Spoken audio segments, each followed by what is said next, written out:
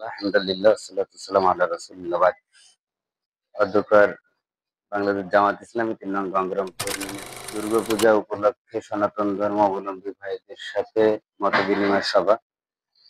উপস্থিত সভায় বাংলাদেশ জামাত ইসলামের নেতৃবৃন্দ সহ আজকের বিভিন্ন পুজো মণ্ডপের সভাপতি, সেক্রেটারি সহ অন্যান্য নেতৃবৃন্দ সকলকে আন্তরিক ধন্যবাদ এবং মোবারকবাদ জানাচ্ছি। উদ্বোধনী বক্তব্য রেখেছেন আমাদের ইউনিয়নের সম্মানিত সভাপতি। গত বছরের একটা কথা বলেছেন, আসলে এই ভীতিটা কাজ করার মতো আমি কিছু দেখি না, কারণ আমরা হাজার বছরের স্মৃতিধন্য মাটিতে সবসময় দেখেছি যে হিন্দু মুসলিমদের মধ্যে যে ভ্রাতৃত্ব, পারিবারিক, সামাজিক, রাষ্ট্রীয়ভাবে আমরা এটা লক্ষ্য করেছি। এটা একটা ট্রেন্ড, কেন যেন কারা এই উদ্ভাবনটা করেছে যে আমাদের ভাইদের পরে কেউ হামলা করতে পারে বা তাদের কোনো ক্ষতি করতে পারে, সেরকম আমি মনোভাব দেখি না। তবে একটা শ্রেণী আছে, থার্ড পক্ষ, তারা সবসময় একটা রাজনৈতিক ফায়দা লুটতে চায়। এই একটা দিক ছাড়া আমি দেখি না যে এদেশের কোনো মুসলিম আমাদের অমুসলিম ভাইদেরকে অসম্মান করে বা কোনো অমুসলিম ভাইরা আমাদেরকে অসম্মান করে, আমরা এটা দেখিনি। বরং আমরা দেখেছি আমাদের কোনো পারিবারিক অনুষ্ঠানে, কালচারাল অনুষ্ঠানে, বিবাহ শাদীতে আমরা তাদেরকে, আপনাদেরকে যেভাবে দাওয়াত করি, আমাদেরকেও আপনারা দাওয়াত করেন, এবং ধর্মীয় অনুশাসন মেনেই। প্রত্যেকটা ধর্মে তাদের নির্দিষ্ট একটা রেস্ট্রিকশন থাকে, সীমাবদ্ধতা থাকে। যেমন আমরা সরাসরি কোন কোন পশু আমরা খেতে পারি না, আমাদের হিন্দু ভাইরা কোনটা খেতে পারে না। এই জন্য আমরা ভিন্ন ভিন্ন আয়োজন সমাজে ধরে রেখেছি। কেন? আমাদের এই ভ্রাতৃত্বটা, ইউনিটিটা যেন বজায় থাকে। এটা যুগ যুগ থেকে এখানে হয়ে আসতেছে। কিন্তু রাজনৈতিক একটা পক্ষ বরাবরই বিচ্ছিন্ন কিছু ঘটনা ঘটিয়ে একটা ট্রেন্ড এদেশে চালু করেছে।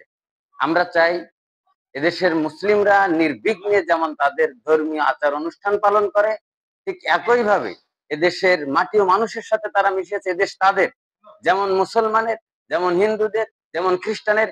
এদেশে যারা জন্মগ্রহণ করেছে, এই মাটিতে যারা আছে, সবারই এদেশ। সবাই মিলেই এদেশকে সাজাতে হবে। সবাই মিলে দেশ সাজাবে, তাদের ধর্ম সাজাবে, তাদের পরিবার সাজাবে। সবাই সবাইকে কোঅপারেট করবে। আমরা এই নতুন দেশে এরকম একটা ট্রেন্ড চালু করতে চাই। কিন্তু আমাদের মধ্যে আমরা যারা ইসলাম চর্চা করি, তাদেরকে একটা সময় এদেশের মানুষের কাছে আমাদেরকে এমন ভাবে প্রেজেন্টেশন করা হয়েছে যে দাড়ি টুপি এবং যারা ধর্ম চর্চা করে মুসলিম, তারা এক ধরনের জঙ্গি।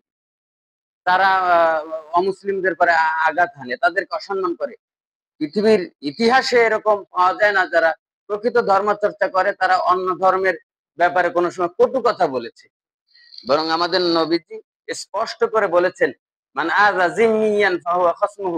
ওই যে ডমস ডে, বিচার দিবসে, বিচার দিবস আপনারাও মানেন, আমরাও মানি। বিচার দিবসে আমি তাদের বিরুদ্ধে মামলা দিব যারা অমুসলিমদের প্রতি অবিচার করেছে। সুতরাং এটা মুসলমানদের শিক্ষা নয়। সে কারণে আজকে আপনাদের সাথে যে মত বিনিময় সভা, তার প্রথম হচ্ছে আমরা এই ট্রেন্ড পরিবর্তন করতে চাই। আর কখনো যেন নিরাপত্তা ব্যতি রেখে, সব তো সবাই অনুষ্ঠান, সুতরাং এখানে আলাদা করে কেউ ভীতিতে থাকবে বা কেউ ত্রাস সৃষ্টি করবে, বাংলার মাটিতে এই ট্রেন্ড আর চালু করতে দেওয়া হবে না। আপাতত যেহেতু একটা নির্বাচিত সরকার আসেনি, থার্ড পক্ষ কোনো সুবিধা নিতে পারে, কাউকে কালারিং করতে পারে, এমন এখনো পরিস্থিতি যাতে না ঘটে, সেজন্য আমাদের, আপনাদেরকেও যেমন সজাগ থাকতে হবে, আমাদেরকেও সজাগ থাকতে হবে। দুর্নীতিবাজরা কিন্তু সব ধর্মের মধ্যে, সব দলের মধ্যে ওত পেতে বসে থাকে একটা বিশৃঙ্খলা করার জন্য। হিন্দু ভাইদের মধ্যে এমনও লোক থাকতে পারে যে নিজেরাই একটা অরাজকতা সৃষ্টি করতে পারে। আমাদের মধ্যে এমন একটা লোক থাকতে পারে যে আমরা রাজনৈতিক ফায়দা লোটার জন্য একটা বিশৃঙ্খলা করতে পারি, আপনাদের প্রতিমা ভাঙতে পারে।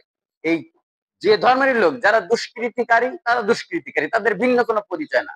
সন্ত্রাস চাঁদাবাদীদের পরিচয়, তারা চাঁদাবাজ, তারা কোনো ধর্মের না, তারা কোনো দলের না। তাদের বিরুদ্ধে সবাই সম্মিলিত রুখে দাঁড়াতে হবে।